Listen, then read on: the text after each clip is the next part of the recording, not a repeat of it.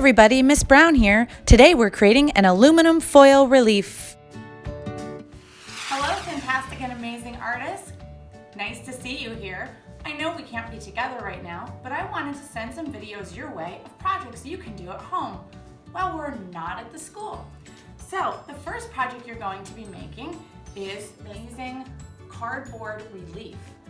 We're going to be using some household supplies that you can easily locate around your home. To start with, you're going to need to find some cardboard boxes. I used a shoebox for the background of mine.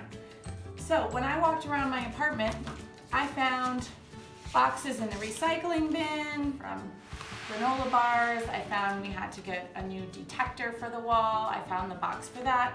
You want to try to find flat cardboard. And for the background, you want it to be a little bit heavier, so shoebox works really well. If you're cutting the background, please ask a parent for help because cardboard can be very sturdy and difficult to cut.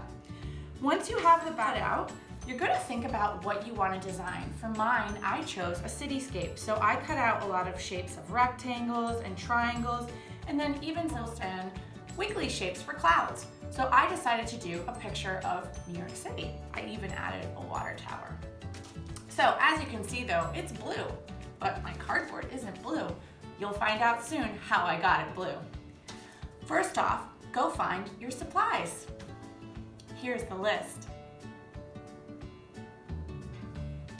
Now we're going to take our cardboard and we're going to start building on top of it, just like a collage. You know we've done collages in class with cut paper and scissors and glue. We're going to use the same materials, only this time we're using our cardboard that we found around our home. Once you have your idea planned out, you can either draw the shapes or you can just cut them freehand.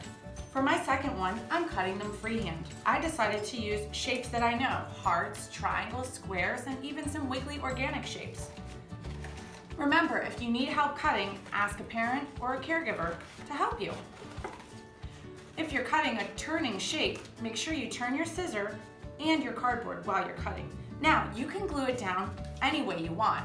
You can glue it with the shiny side up or the cardboard side up. It's not going to matter because we're going to be covering it with tin foil later or aluminum foil. So at this point, you're going to want to get some liquid glue. Liquid glue works better because it's stronger. So I'm going to put the glue onto the shape, not onto my background, because we know if we put it on the background, we'll have way too much glue. So I'm going to put it on the shape. And you don't need very much. You just want to make sure that you hold the shape down securely until you feel like it's firmly attached to the background. So sometimes I like to count in my mind to 5, or you can count out loud. 1, 2, 3, 4, 5. Beautiful. So I'm going to add a few more shapes and then I'm going to have to let this dry. You can also see what happens if you cut shapes inside of shapes. Here I'm thinking about some sort of rainbow shape. And I'm going to cut a few different things. I'm also gluing it with the shiny side up so it's a little bit more comfortable for you to see what I'm doing, but that doesn't mean you have to. And if you get a little extra glue squeezing out, that's okay. Remember, it's going to be covered up by the aluminum foil. It's not going to matter.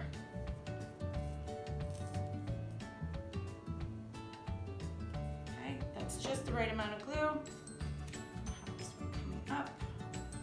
And you can work in any direction you want. I happen to work horizontal or side to side, but if you like your composition or design vertical, you can turn the cardboard that way too.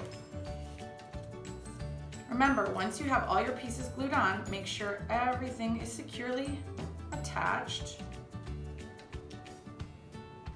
and no little parts are sticking up.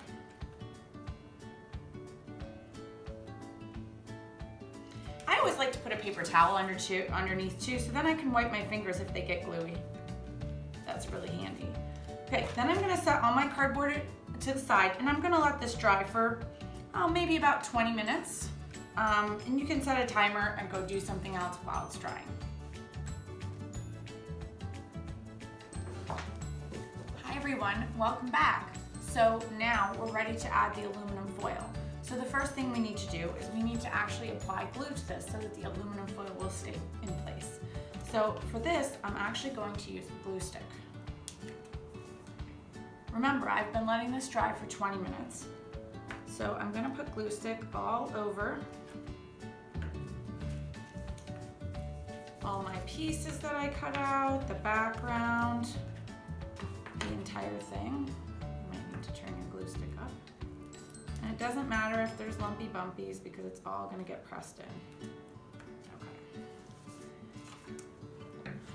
Once I've applied my glue, then I'm gonna ask a parent or a caregiver to help me get the aluminum foil out.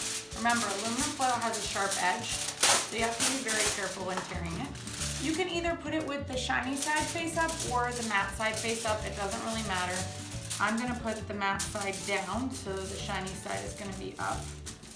I'm just gonna press it on to start with. Now that it's kind of stuck, I'm gonna flip it over because I don't need all this extra aluminum foil. And I'm just gonna trim it until I have a border because I need to fold over the edges.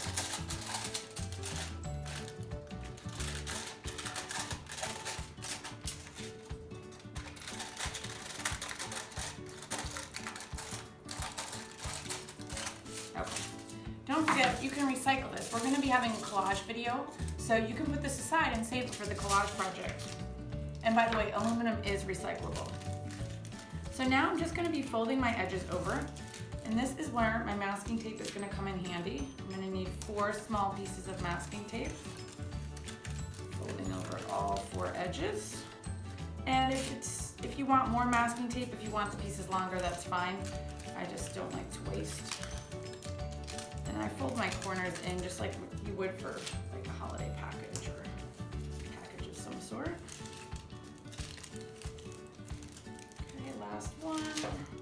And I'm just making sure to pull it kind of tightly so that it's all flat. So the next step is a really fun one because now I'm going to start revealing my design underneath. So to start out with, I'm just going to use my fingers. And you don't really want to use your fingernail because the fingernail could end up actually ripping your aluminum foil, which in the end isn't really going to make a huge difference. My final one even has some rips in it and you don't really notice. So I'm going ahead, I'm going all around because remember there's glue under there. So I'm sealing down all the glue. And I'm making sure that everything is raised up in relief. So as you can see now, all of my shapes are coming through. I can see my hearts, my rainbows, and my little mountain type shape here. That's really cool. Okay, so stay tuned. The next step is going to be applying the paint.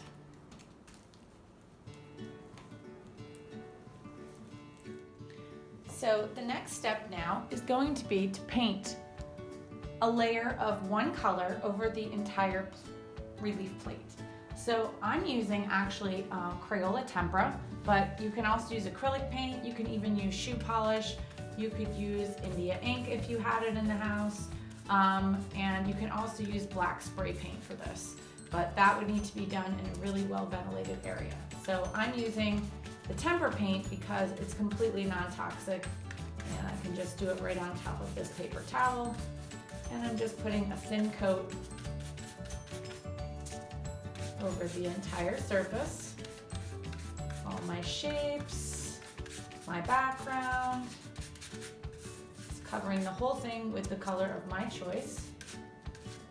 So whatever your favorite color is or whatever you have on hand. Now, if you don't have paint on hand, you could color on top of this with marker, Sharpie marker can work, but you don't necessarily get the exact same effect, but you could stop and just have it be the silver color. If you didn't want any color underneath, that's also fine too. So there we have it. I've covered it completely with the blue paint. Now I'm ready to let it dry. And I would suggest letting it dry for at least 30 minutes. Okay, we're back. We've let it dry for 30 minutes. And now we've put it in a little bit of a pan with paper towel underneath because we're going to use steel wool or sandpaper to scrape off some of the ink or the paint that we put onto the surface. So I'm gonna start with some steel wool. I prefer to put a little baggie over my hand when I'm using steel wool, just to keep my hands safe. So when you're using steel wool, you're just gonna rub gently and some of the surface color is gonna start to come off and give you that effect that you saw in my cityscape. Now, if you don't have steel wool on hand, you can also use sandpaper.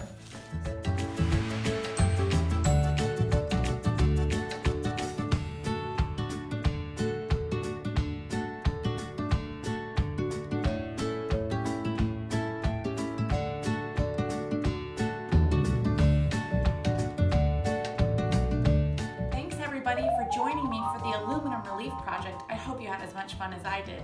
And if you have any questions, feel free to email me at school and share your results. I'd love to see what you did. See you soon.